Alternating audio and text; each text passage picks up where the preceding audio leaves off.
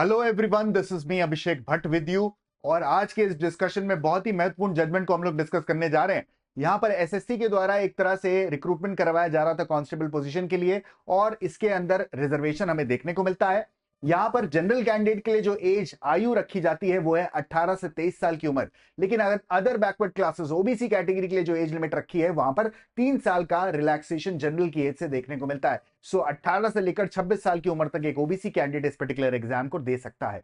इस पर्टिकुलर मामले में यहां पर होता यह है कि एक व्यक्ति जो है जिसने ओबीसी कैटेगरी के अंदर अपना एज रिलैक्सेशन का बेनिफिट लिया था, उसके ओबीसी के अंदर उसका सिलेक्शन नहीं हो पाता। ओबीसी कैटेगरी के अंदर उसका सिलेक्शन जब नहीं हो पाता तो वो देखता है कि उसने जनरल कैंडिडेट जो है उसकी कट ऑफ को क्रॉस किया है।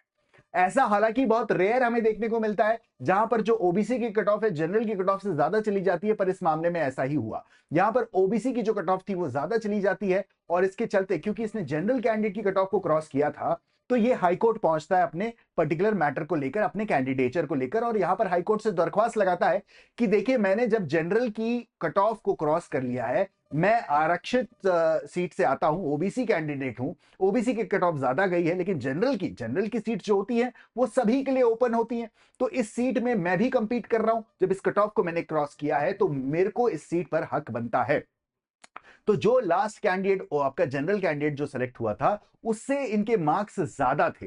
इसके चलते यहां पर ये आपके हाईकोर्ट पहुंचते हैं और हाईकोर्ट में ये दरख्वास्त लगाते हैं। हाईकोर्ट कहता है कि जो आपकी बात है एकदम सही है, और यहां पर एक डिसीजन दिया जाता है हाईकोर्ट के द्वारा इस पर्टिकुलर ओबीसी कैंडिडेट के फेवर में। अब इससे मामला पहुंचता है सुप्रीम कोर्ट, और सुप्रीम कोर्ट एक ऐतिहासिक फैसला यहां पर सुना चुका है।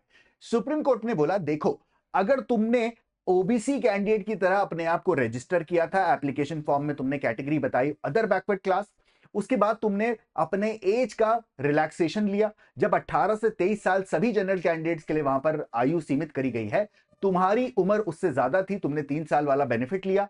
उसके बाद तुम ओबीसी की जो सीट थी उस पर तुम अपना सिलेक्शन नहीं पा पाए क्योंकि तुम्हारे मार्क्स ओबीसी का जो लास्ट कैंडिडेट है उससे तुम्हारे मार्क्स जो थे वो कम रह गए थे। इसके चलते यहां पर अब तुम कह रहे हो कि मुझे चाहिए बेनिफिट जनरल की कैटेगरी के सीट का, क्योंकि वहां पर जनरल की कैटेगरी का जो लास्ट कैंडिडेट है उससे तुम्हारे मार्क्स ज्यादा है। सुप्रीम कोर्ट ने कहा देखो, यहां पर सबसे ज्यादा जरूरी चीज होती है उस नोटिफिकेशन को पढ़ना और उस रूल्स को पढ़ना जिसके तहत ये एग्जाम करवाया जा रहा है।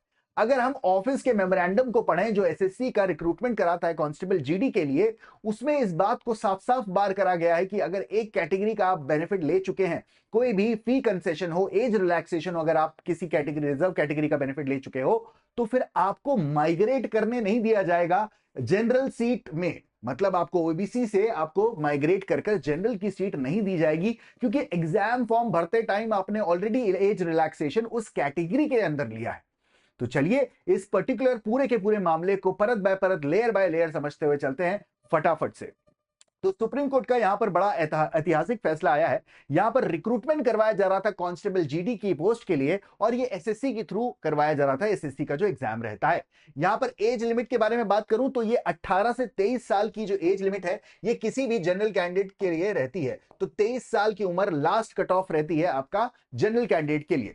ओबीसी के बारे में बात करें तो यहां पर 3 साल का रिलैक्सेशन दिया जाता है, और इसी बात का बेनिफिट यहां पर रिस्पोंडेंट भी उठाता है और वहां पर वो रिलैक्सेशन को अवेल करता है। इसके बाद यहां पर एक बहुत ही विचित्र घटना देखने को मिलती है। वैसे विचित्र नहीं है, कई बार ओबीसी की सीट्स का जो कट ऑफ होता है वो ज्यादा चले जाता है, तो इस मामले में भी ये चीज होती है। जनरल कैटेगरी का जो लास्ट कैंडिडेट होता है उससे इस ओबीसी का जो कैंडिडेट है उसका, ओबीसी का जो कैंडिडेट है उसका जनरल के कैंडिडेट से ज्यादा मार्क्स आता है, लेकिन ओबीसी का जो लास्ट कैंडिडेट सेलेक्ट होता है उससे कम आता है। मतलब मोटा मोटा यह है कि अपनी ओबीसी सीट को ये ले नहीं पाता क्योंकि इसके मार्क्स अपनी ओबीसी कैटेगरी में मार्क्स कम रहते हैं, लेकिन जनरल की कैटेगरी से इसके मार्क्स ज्यादा रहते हैं। अपना सिलेक्शन ना होने की वजह से परेशान होकर ये हाई कोर्ट पहुंचता है, और वहां पर हाई कोर्ट इसके जो फैसला आता है वो इस ओबीसी कैंडिडेट के फेवर में सुना दिया जाता है। अब मामला यहां पर यूनियन ऑफ इंडिया अप्रोच करता है इस हाईकोर्ट के फैसले से सुप्रीम कोर्ट में, कहता है कि ये तो रिजर्वेशन पॉलिसी के ही अगेंस्ट चला जा रहा है। मतलब जो जनरल कैंडिडेट्स हैं, वो जनरल सीटें जो हैं उसमें सभी के सभी कैटेगरीज कंपीट कर सकती हैं, पर क्या यहां पर अगर उस व्यक्ति ने जब वो एप्लीकेशन फॉर्म भर रहा है अगर उसने बेनिफिट रिलैक्सेशन लिया है एज का, फीस का, सो क्या बाद में उसको माइग्रेट करवाया जा सकता है जनरल सीट पर?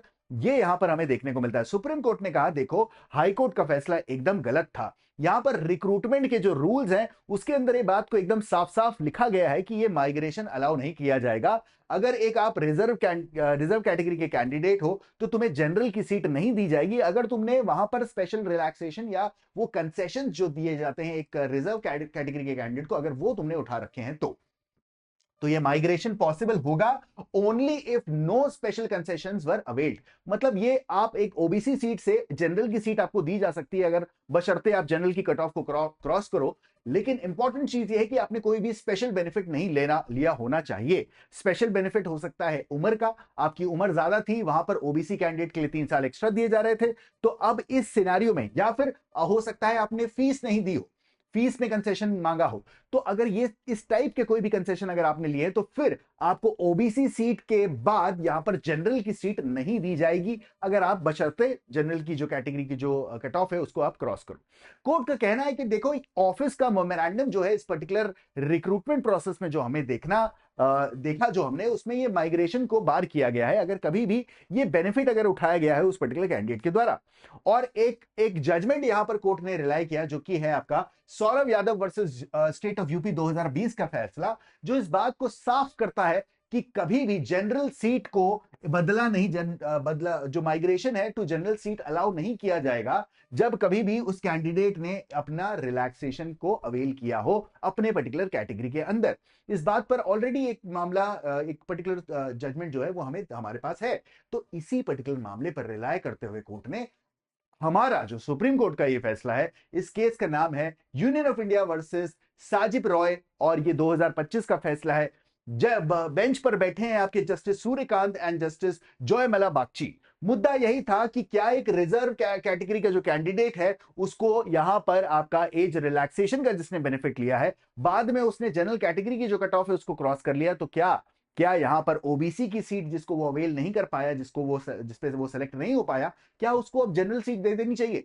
हाईकोर्ट ने तो ये कर दिया था। सुप्रीम कोर्ट ने कहा कि भाई देखो यहां पर यूनियन ऑफ इंडिया की जो अपील है, यूनियन ऑफ इंडिया यहां पर सुप्रीम कोर्ट पहुंचता है और यहां पर अपील को अलाउ कर दिया जाता है और कहा जाता है कि देखो ये जनरल माइग्रेशन जो है वो बार्ड है। कभी भी अगर रिक्रूटमेंट रूल्स में जिस पर्टिकुलर एग्जाम के लिए आप अपीयर कर रहे हो, अगर उसके रूल्स के अंदर ये बात को लिखा गया है साफ साफ कि ऐसा माइग्रेशन अलाउ नहीं किया जाएगा अगर आपने कोई भी कैटेगरी का बेनिफिट उठाया है, तो तब इस सिनेरियो में ये चीज हमें देखने को मिलती है।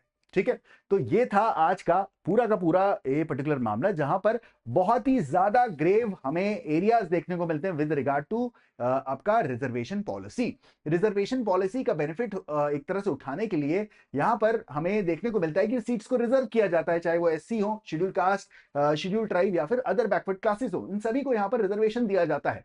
लेकिन क्या ये रिजर्वेशन का बेनिफिट उठाने वाली बात हुई, या फिर रिजर्वेशन जो पॉलिसी है उसका अब्यूज को हम एक तरह से यहां पर देख सकते हैं? तो सुप्रीम कोर्ट ने यहां पर इस बात को साफ साफ कर दिया है कि कभी भी रिजर्वेशन पॉलिसी को हम अब्यूज होता हुआ नहीं देख सकते। ऐसे में कभी भी जब कैंडिडेट एक बार बेनिफिट उठा चुका है अपनी कैटेगरी के अंदर, जब आप एप्लीकेशन फॉर्म भर रहे हो, तो उसके बाद अब जब फाइनल सिलेक्शन में आपके अपनी कैटेगरी के कट ऑफ नहीं क्रॉस कर पाए हो, तो आपको जनरल सीट पर नहीं रखा जाएगा। ऐसे ही इंपॉर्टेंट अपडेट्स के लिए आप मेरे साथ जुड़ सकते हैं मेरे टेलीग्राम चैनल पर। Until then, bye bye, take care and जय हिंद।